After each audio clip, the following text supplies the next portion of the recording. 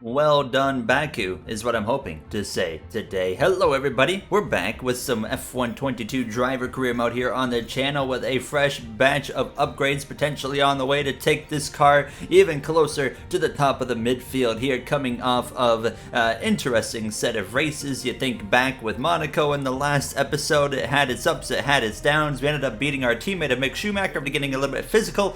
This one starts on a bit of a down. We only had one positive upgrade, two negative ones. Now three negative ones. Three failed upgrades, with one actually going through of the four. So 25% success rate with upgrades coming into Baku. So a little bit of a disappointment there. Now Baku, of course, here in the Azerbaijan is absolutely all about top line, straight line speed. We are looking for the most speed possible in the setup. And I can tell you right now, fortunately, Haas is one of the best teams right now when it comes to straight line speed. I was very, very confident coming into this weekend that we could potentially get some points, and as well, not only points, but hopefully get both cars, myself and Mick Schumacher, into Q3, or at least right on the edge of Q3, like a P11, P12, and whatnot. But practice was overall going pretty well. One thing I was struggling with, however, in practice, and you're going to see this be a trend throughout the whole weekend, which is not really what I was expecting, but I was really struggling for grip, more than I usually struggle for grip, and I was messing around with tire pressures. I was actually, usually I'm putting tire pressures down. I was putting tire pressures up this weekend. Throughout the free practice sessions, I kept on cranking the rear tires and the front tire pressures up, and as well messing with the differentials and the brake bias and whatnot. I was messing with a lot of things throughout this weekend, probably the most I've messed with the car this season so far as a rookie in Formula 1. So we ended up P13 in practice, a few tenths off of our teammate of Mick Schumacher, and this would take us into qualifying, fresh off of seeing finally for the first time, it's like finally Red Bull can be defeated. We know they can be defeated. Lewis Hamilton won in the last episode in Monaco. Can we see the Red Bull dominance that came to an end last episode stay like that here in Baku? Could we see another Mercedes win? Could we see Ferrari win? Ferrari's been dropping the ball in their R&D already early on in this season. However, they have the best engine, the best top line speed in the R&D coming into Baku. So I think that if Ferrari is going to get a win in the first half of the season, it's going to be right here, unless there's some crazy event that we have coming up. But we have had a very interesting season so far as we kick Q1 off, but we haven't seen a single safety car. There's been some chaos, but we haven't seen, safety car causing chaos. We haven't seen any big accidents or whatnot. Could that happen here today in Baku? I'm going to say odds are a little bit unlikely. Baku, it can be a bit crazy, but it's very like 50-50. You're either going to get a full-blown insane GP here in F122 Baku, or you're going to get a very calm one. I'm just worried about myself, though. First lap, P1, P8 behind our teammate of Mick Schumacher. We would get ready to set a second lap a little bit later on here. Last lap in the session, less than a minute to go, and we were a little bit slow in the first couple of straightaways, first couple of corners, but then I would really start to find some time after that, and we were about 2 tenths up, 3 tenths up through the little left-right chicane right here. We find about 4 tenths of a second, and then of course into the next braking zone, very heavy down into first gear. Now we find over half a second, almost 7 tenths of a second as we head in through the castle section, and no stupid moments through there. We get up to about 8 tenths of a second better as we come through out of that section. By the time we cross the line, nearly a second better. We went P6 in Q1, absolutely fantastic, and Mick Schumacher went P7, about half a tenth of a second between the two of us. So clearly showing Haas has speed here this weekend. Schumacher and myself very close and in the top 10. Could we carry that over though into Q2? I set a bit of a baseline lap here on the same set of tires that I set the fastest lap on in Q1 for myself, and that put us down to P13 as we started the legitimate and only final lap we would have here in Q2. And look at the leaderboard there. So Schumacher's down at 15th, I'm in 13th. We were just both in the top 10 in Q1, and here we are now fighting to get into Q3, and things were looking very good again for myself. I basically did the same thing as Q1, found the time that I needed. Schumacher completed his lap, only went P13. What happened there? We go P8. I can confirm that I was looking at the track map. Schumacher was dealing with quite a bit of traffic, and I think that might have hurt him a lot because we were almost a second quicker than him, he would end up P14. So that is a bit of a shot towards the Haas heart, and unfortunately it was just myself left here for Haas in Q3, and actually Q3 ended up going like the typical Q3 that I've had all season long, where I ended up just basically having nothing for anybody in front of me, and I would cross the line with a decent lap and we were P10. So we will roll off the grid here from P10 in Baku, and you can see I was way off of 9th place of Esteban Ocon. George Russell, however, on pole, and the best Ferrari is 2nd, 3rd, and then you got Red Bull 4th and 5th. How about that? A rough day for Red Bull. Let's head to the grid. Afternoon and welcome from Baku. This was the arena, if you think back to 2017, of one of the most eventful races of modern history, with controversy behind the safety car, last-second overtakes, and a historic podium for Williams and for Lance Stroll. Let's find out what lies in store for us this year. It's time for the Azerbaijan Grand Prix. The Baku city circuit measures roughly 6 kilometers, and it's made up of 20 corners and 2 DRS zones. The circuit winds around the narrow city, through the old town, and even brushes against the city's medieval walls. However, as beautiful as the setting is, this track is also a ferocious technical challenge, where the smallest of mistakes could lead to a catastrophic consequence for any one of our drivers. Before we begin, let's take a quick look at the grid lineup for today's race. What a qualifying yesterday for George Russell. He'll start today's race from pole position. And the smooth operator Carlos Sainz completes the front row. As we continue through the rest of the grid today, we have Leclerc, Verstappen, Sergio Perez, and Hamilton. Fernando Alonso, Ricciardo, Ocon, and Golden Boy. Gasly, Bottas, Lando Norris, and Mick Schumacher. Tsunoda, Albon, Sebastian Vettel, and Nicholas Latifi. Joe and Lance Stroll brings the grid to a close. It's almost time for those 5 red lights to go out then. Let's see who can prevail today. With the Grand Prix nearly upon us, Anthony Davidson is by my side once again to offer his perspective. Let's have a chat about Williams. What do you make of their performance so far this season? Well, the atmosphere within that team seems very positive at the moment. Everyone seems like they're in great spirits and having a lot of fun doing what they do, and that's definitely contributed to the performances we've seen.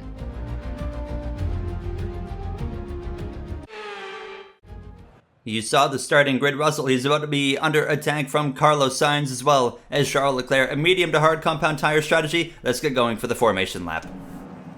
Here we go then. The formation lap gets underway and the excitement here is building as we near ever closer to the start of the race. Which team will come out on top? Who's got their strategies right for today's race? Well, we'll soon find out.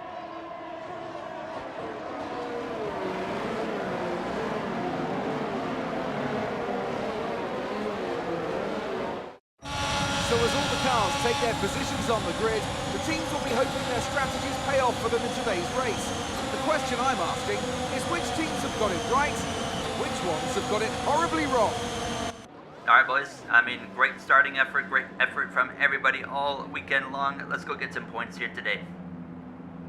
You hear myself on the radio to the team. We're ready to go. Lights out. P10 off the starting grid. I was a little bit concerned for this one. However, we have been struggling with grip all weekend long, and I feel like we could be in for a little bit of that here on the lights out here. As it's 5 red lights, it's going to be lights out. George Russell with a great start already down into turn 1. He's going to have no pressure from the Ferraris. Verstappen is already up the inside of Charles Leclerc on the exit of turn 1. They're going to be wheel to wheel here down towards turn 2, but no, you're going to see both the Ferraris get ahead of Verstappen. Leclerc takes the defensive line, maybe 2 defensive. He hurts himself, he hurts Verstappen and holds up everybody behind him. I've already fallen way down the order, and we'll get a look at what happened here momentarily. But here's Verstappen now trying to put the fight to the back of Leclerc down into turn 3. Not going to have anything for him there. Perez settles in behind Lewis Hamilton as well. Just behind them is Russell with a great start, looking for his first win in Formula 1 here. Now, as you can see, the Alpines, the McLarens, the Alfa Romeos just behind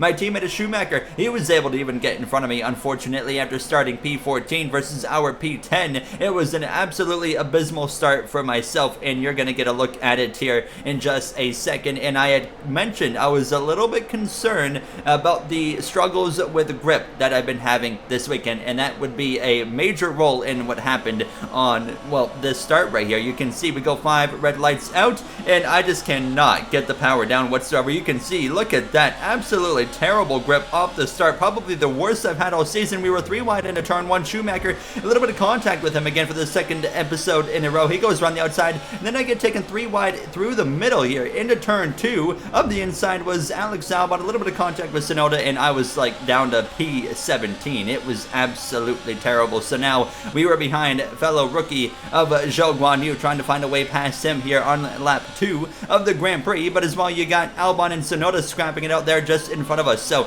we were about to have 4 of us really going at it, it looked like, but however that wouldn't be the case. Front straightaway coming to the end of lap 2, nice separation between Zhou and Tsunoda, and I was actually able to power past the rookie driver there for Alfa Romeo, and now we are going to take the position. Move up into P16, they're side by side in front of us between Tsunoda and Albon. They would continue side by side, and I would get right to the back of both of them. See Albon up the inside right there of Tsunoda, a little bit of contact. You saw a winglet go flying from Albon, so he's going to have to come into the pits, but you can see again struggling for grip, and now Zhou Guanyu sends one up the inside through the left-hander, through the right-hander. We're going to continue, and more grip loss there. We save it, thank goodness, nearly into the barrier even now, as we're going to drag race here into a set of corners. You don't want to be side by side through. It's so hard to make it work, but I am not giving up the spot. Even more contact right there with Zhou, but we get the position, or we hold on and defend the position, I should say, and now we would try to focus forward here on Alex Albon, but I was expecting to see him in the pit lane at the conclusion of lap 3, and that's exactly what would happen. We would open that rear wing, get that DRS open, and now we try to set our sights on Tsunoda, and as that's happening, things are spicing up front. Here's Max Verstappen up the inside here of Charles Leclerc. Carlos Sainz is closing in on Russell, who's on a different tire strategy. He might have to do a 2-stop here today now. As you can see, Leclerc holding on, defending on the exit of turn 1, down into turn 2. Verstappen up the inside, still alongside. There you see behind Perez, Hamilton ready to pounce if something happens here. They're drag racing down the straightaway. DRS for Verstappen, but Leclerc in that Ferrari has been really good under braking, and he's going to showcase that right here into turn 3. A big send around the outside, and he's actually going to defend the position for now at least, but this fight was not over. We're going to resume to 1 lap later and see now Verstappen again with the DRS open. He's going to swing to the right hand side of Leclerc down into turn 1 and go for that 3rd position once again, but this time Perez and Hamilton both are a lot closer, so the driver that loses out on this battle could be at risk, and Leclerc with a bit of an awkward apex there into turn 2 opens the door for that right there. Verstappen to get back ahead, but he doesn't have the DRS this time. It's Leclerc, Perez as well into the battle here. He's almost bump drafting NASCAR style, I thought for a second,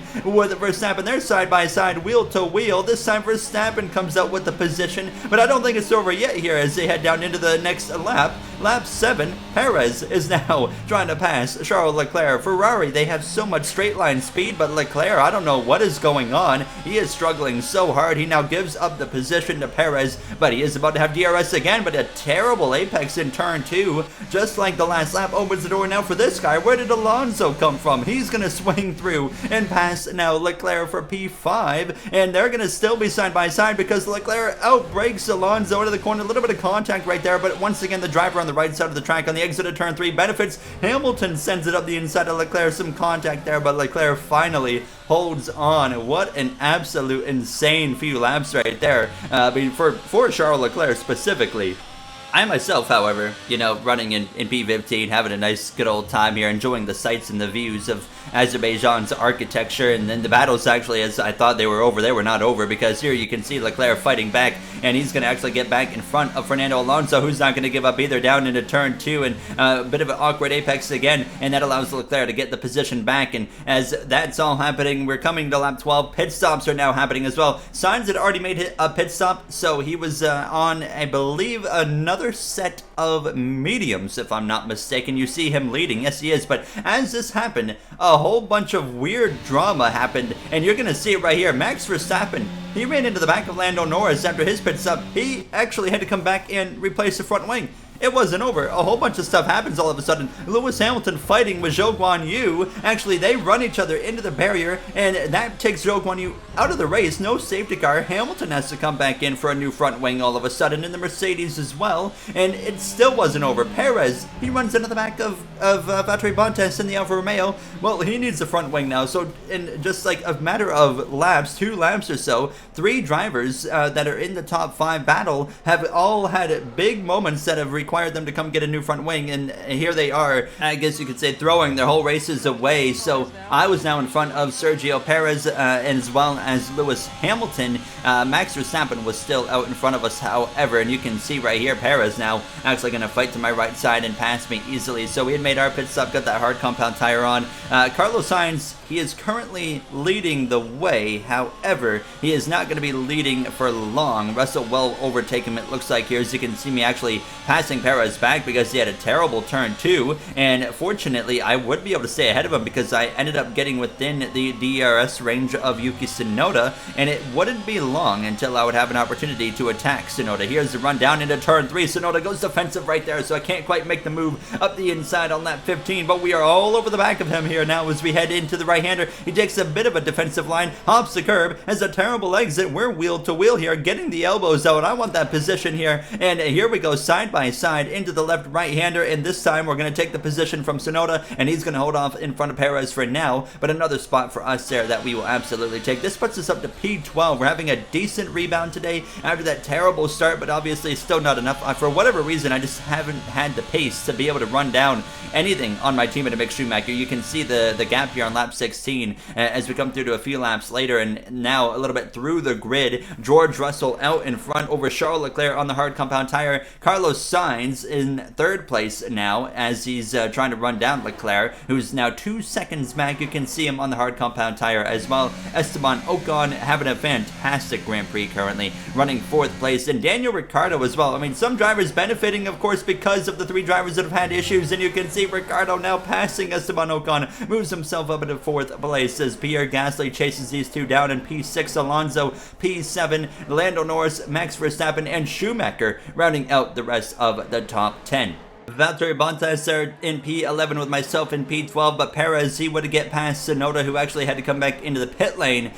So now I knew I was about to be under attack from not only Perez, but Lewis Hamilton as well. So I was looking at, like, right now, a net P14. Tsunoda, no, he's not coming back to the pits. He's pulling out of the race. He's out. Tsunoda with a mechanical issue out of the Grand Prix. That's our 2nd driver out. Still no safety car at this point in the season. Here's Perez now at the conclusion of lap 20, swinging back past on the inside there, and he is going to go take P12 as we drop down into P13. Hamilton would be the next one to come after me. Here he is on the run down towards turn 3, sending it up the inside. I can't really fight a Mercedes, so I wasn't going to bother trying with 5 laps to go. However, Mark would come over the radio moments later and say Hamilton actually has a mechanical issue or problem happening currently in his Mercedes, and that would change everything because by the time we came through down the front straightaway, I have enough speed to go past him back, and the DRS assistant certainly makes it a little bit easier. So back up into P13 we go, and we're running down Bottas. Actually, Bottas just hasn't had the pace in this final run, and we got within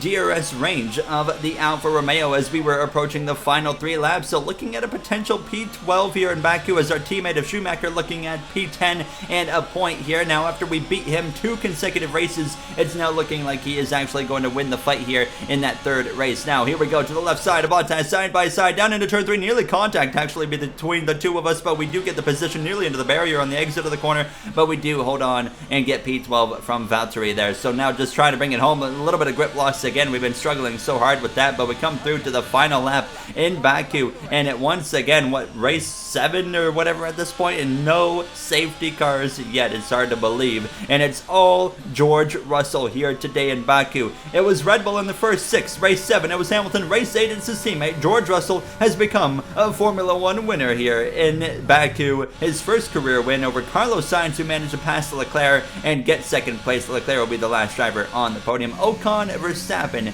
4th and 5th. A great day for the Alpine of Esteban Ocon here as we are coming through down the front straightaway for the final time here over Valtteri Bottas, who's got DRS. I'm trying to make sure he can't get too close, and we're going to be safe. It's going to be a decent rebound after our P10 start, but just still not the day we needed or were looking for. P12 here in Azerbaijan. Very disappointed with that effort, but like I said, overall a decent recovery for the position we found ourselves in after the turn 1 mess and turn 2 as well. Driver of the day, Charles Leclerc, the set of the podium celebrations.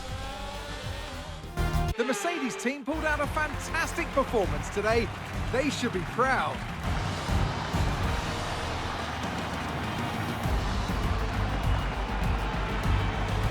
Anthony, tell me, what was it that helped them achieve this success? Well, I honestly feel it was down to the driver and car today. I mean, we can talk driver skill all day, but if you don't have a solid team to back that, you're never going to get anywhere. When you hit that sweet spot of having both an excellent driver and an incredible car, that's when you see results like those we witnessed today. After an excellent performance at the Grand Prix, I'm sure there'll be plenty of celebrations tonight amongst the Mercedes team, and they certainly deserve it.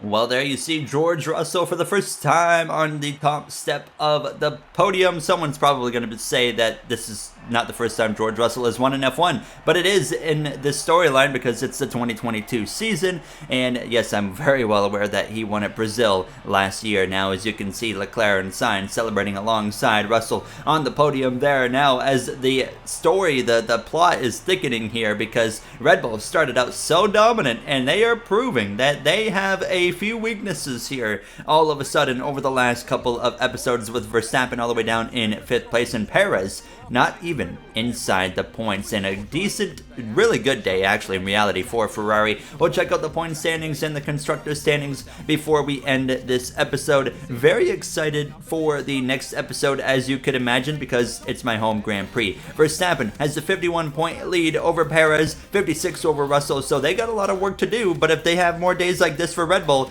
that championship can be blown wide open. But in the next one, my home Grand Prix in Montreal, very, very excited, and hopefully we can bring a strong competitive car there, but you never know what's going to happen. But if you guys enjoyed, you know what to do. I'd like to thank you all for taking the time out of your day for watching, and I will see you guys in the next one for the Canadian Grand Prix. Thank you for watching. Have a great day, everybody.